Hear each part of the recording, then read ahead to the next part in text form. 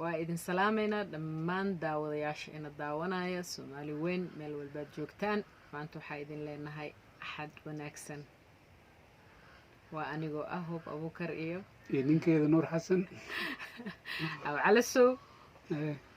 mise waa diidan tahay kadhimala calasow magaca waa idin soo dhaweyneynaa maanta. sida hore idinku sheegnay mararka qaarkood waxaa idin dhahnay waxaan idinla qaybsan doonaa waxyaalaha aan ka wada hadalno aniga iyo odagayga, mawaadiic aan ka wada hadalno. waxa ugu dhow waxa waaye maalinta axadda markaan kaniisadda kasoo baxno, marka aan aada u sheekeysano. maanta waxaan ka hadlaynay mawduuca ah dad badan ayaa aragnaa oo la leeyahay islaamkay galaan, masiixiyaday soo galeen, islaamkay ku noqdeen. marka waxaan rabaa inaan weydiiyo Nuur, maxaa u malaysay oo ku kalifay dadka inay soo galaan islaamka, ay kasoo baxaan haddana ay masiixiyadda soo galaan oo ka baxaan? maxaa u malaysay? maasan tahay horta bini aadanka sida caadiga waxa waaye qofka sida hadda adduunyadan ay joogno diiman waa maalin walba dadaa ka baxo kuwa kala galo inta fahmina. laakiin soomaalida kuley waxaan umalaynayaa dhaqan ahaan way ku cusub tahay dad oo diin islaam ka baxo, laakiin way bilaabatay haddeertaan inkastoo weligeed bay jirtay, laakiin xorriyad la-aanta waan isleeyahay hadda waxaa bilaabatay maadaama dadka iska warqabaan. hadda waxaa bilaabatay dad oo islaamka kasoo baxayo oo tusaale ahaan annaga masiixiyiin aan nahay, masiixay u imaanayaan ayaan markay joogaan haddana qofkii waxaa arkaysaa wuu ka laabtay masiixi oo islaamka ku laabtay. qaarkood waxaan aragnaa haddana way soo laabteen, haddana way laabteen inaa dhowr mar danays. qofka asagaa iskale xorriyaddiisa dabcan oo meeshuu rabo aadi karaa, laakiin taasaan rabnaa inaan maanta sidaa sheegtay aan dul istaagno marka oo daawadayaasheenana aan maaragtay aan la qaybsano sooma.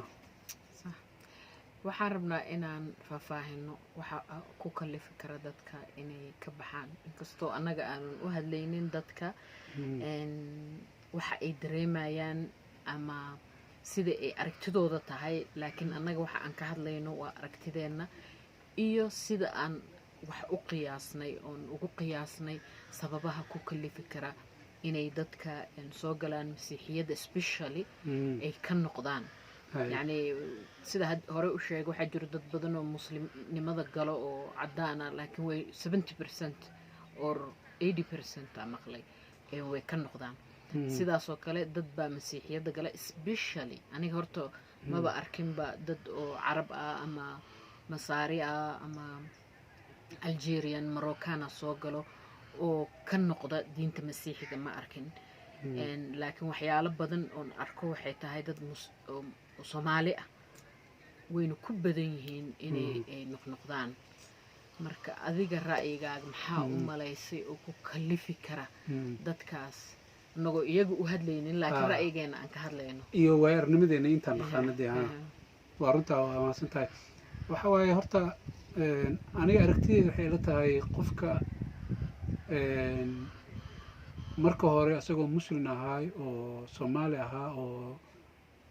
marka uu go-aansado inuu masiixa u yimaado wax sahlan horta maahan. way arnimadeen annaga waa soo marnay, laakiin aniga waxay ila tahay aragtideeda qofka masiixa hadduu mar u yimaado oo masiixa uu aqoon u leeyahay oo masiixa uu og yahay waxa uu qabtay oo masiixa uu yaqaano shakhsiyaddiisa, aniga ma u malaynayo qofkaas inuu noqon karo. ya soo waxaa leedahay sababta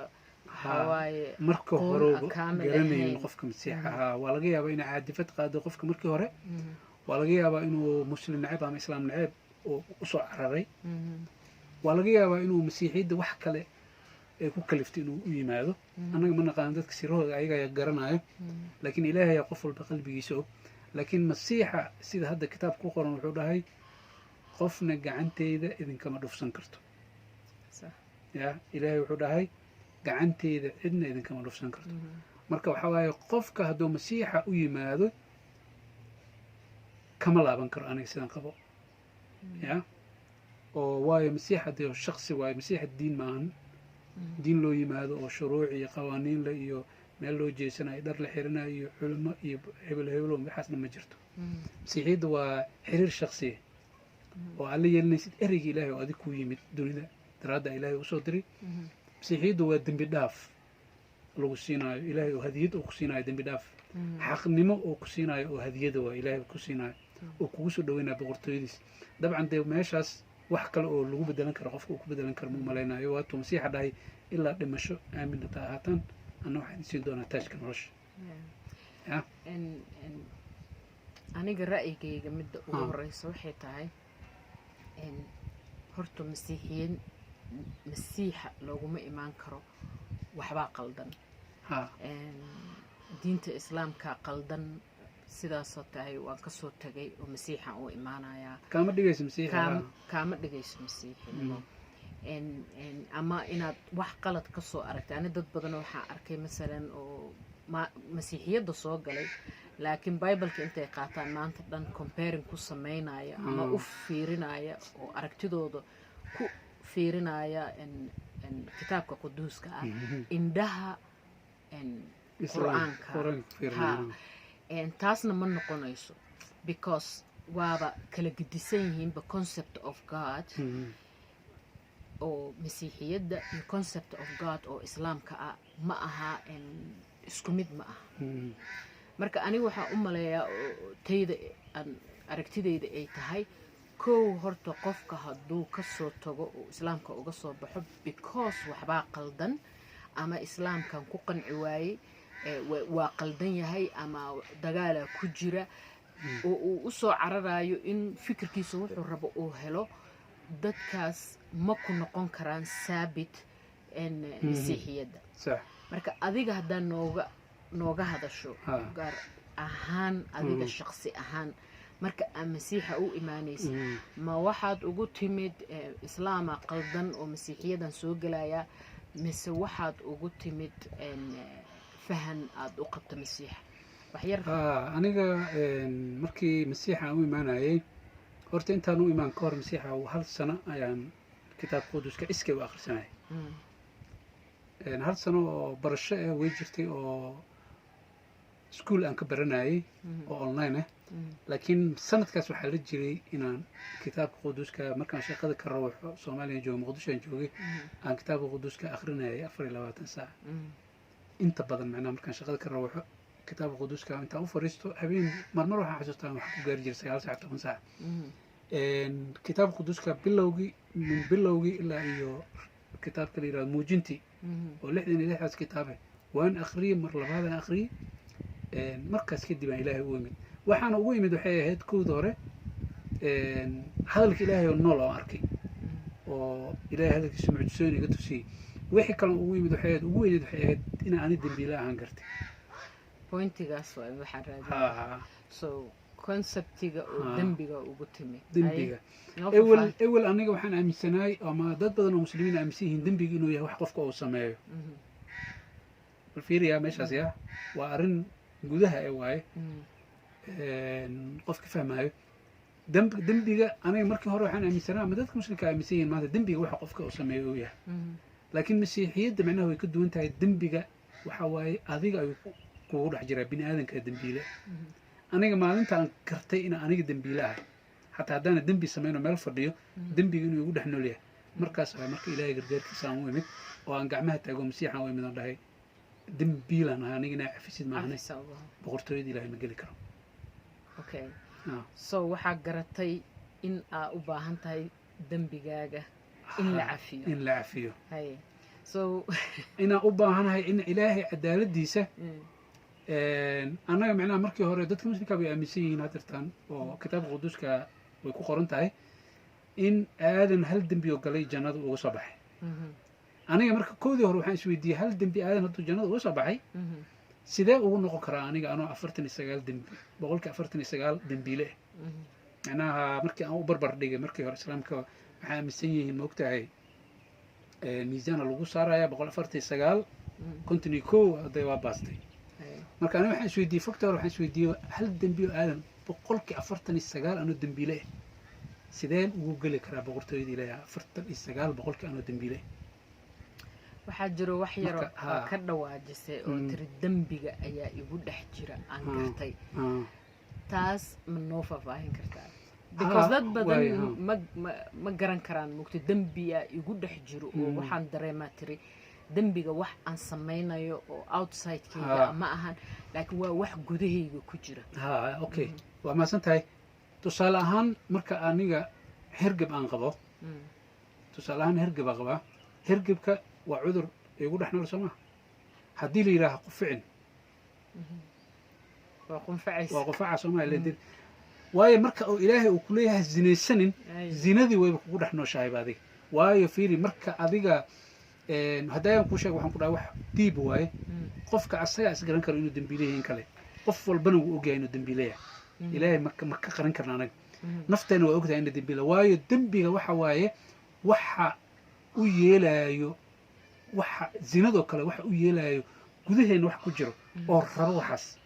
xaasidnimadoo kale waxaa xaasidin qof walba maanta uu ka markhaati kacaya dad badanaa dembiga waxay u haystaan in dad la dilo iyo zina iyo laakiin adiga rabbiga yasuuc almasiix ciise wuxuu yiri qofkii walaalkii qalbiga u aarooda xataa waa dembiga dembi waaye marka aniga marka waxaan ku fasiray waxaan dhihi jiray koodii hore markaan kitaabka quduuska akhriyey waxaa ilaahay i garansiiyey isla markaas aniga dembiga aan sameeyo ma ahan isla dembigii ee waa natiijada ka dhalatay dembiga ugu jira aniga يعني waxaa ka wadaa nature-kayga ama sida adiga indho u qabtid gacmo u qabtid lugo u qabtid ayaa dambina uu yahay qayb adiga ka mid ah qayb aniga iga mid ah waayo kitaabka quduuska wuxuu leeyahay sharciga looma soo dejinin sharciga ilaahay looma soo dejinin dad xaq ah waxaa loo soo dejiyay sharci laabayaasha qofka waxa xadin haddii la dhahayo qofka waa inay xatooyadu ku jirtaa qof gudihiisa waayo qof oo waxba xaditaan bada qalbigiis ku jirin waxa xadin moo la dhihi lahayn mogtahay marka waa wax naga buuxo waaye haddana maanta haddii aan dadka aysan indha tiraynin soomaaliya maanta hadda dadkeena soomaalida boqolkiiba boqol waxay dhahaan muslim nahay boqolkiiba boqol intaas muslim nahay dhahaan haye maanta haddii soomaalida la weydiiyo qabyaalada wax fiican miya diintiina marka loo fiiriyo waxay ku leeyihiin maya dilka wax fiican miya qofka muslimkaa kala dilo mayay ku leeyihiin laakiin way samaynayaan haddana maxaa ku qasbayo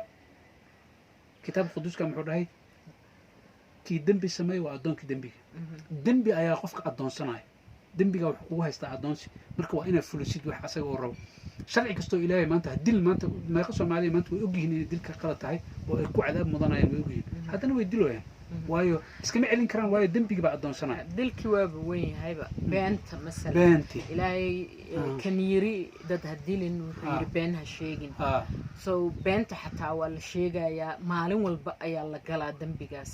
so waxaad leedahay marka waa wax qofka bini aadanka ku dhex jiro oo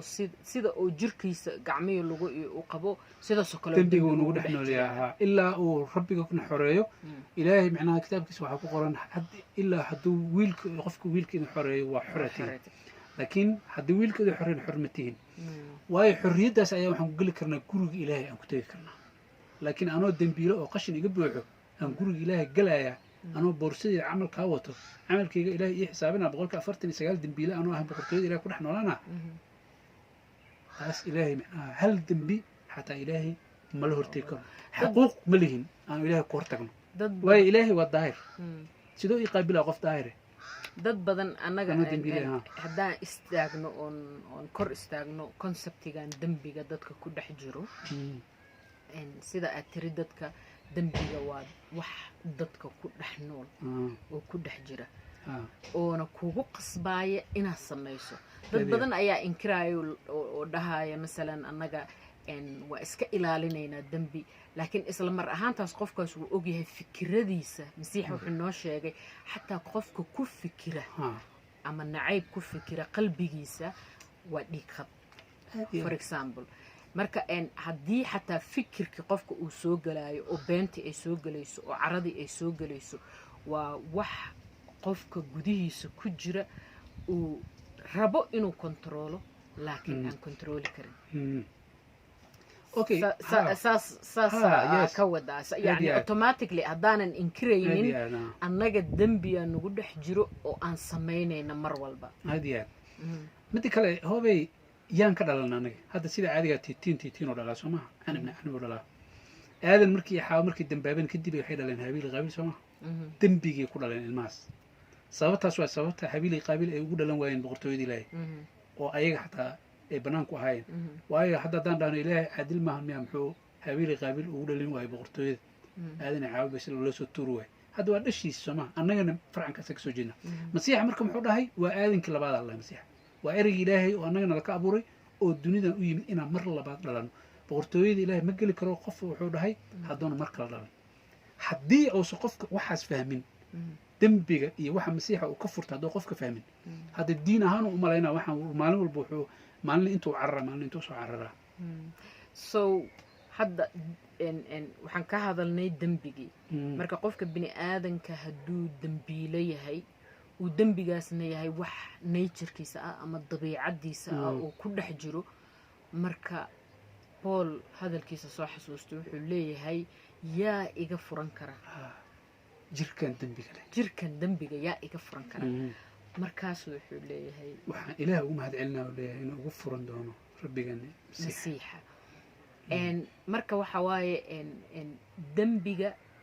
waa la dhihi karaa ilaahay wuu i cafiyey hadda dad badanaa waxay dhahayaan ilaahay qafuur raxiim waaye wuu iska kay cafiyey muxuu ugu baahan yahay masiixa hadda marka uu iska kay cafiyey marka haddii la dhaho waxay noqonaya ilaahay caadil maahan waayo maxkamadda caadiga oo caadilka ah waa inuu qofka dembigiisa natiijadii dembiga waa inuu qofka helaa يعني ويجسكي يعني مشاهردي دنبيغا كتابك سوما دهو مشاهردي وإن لبحيا سببتها سوى سببته إلهي إرقي سوى صدر واي أنك اسمه بحين كرنان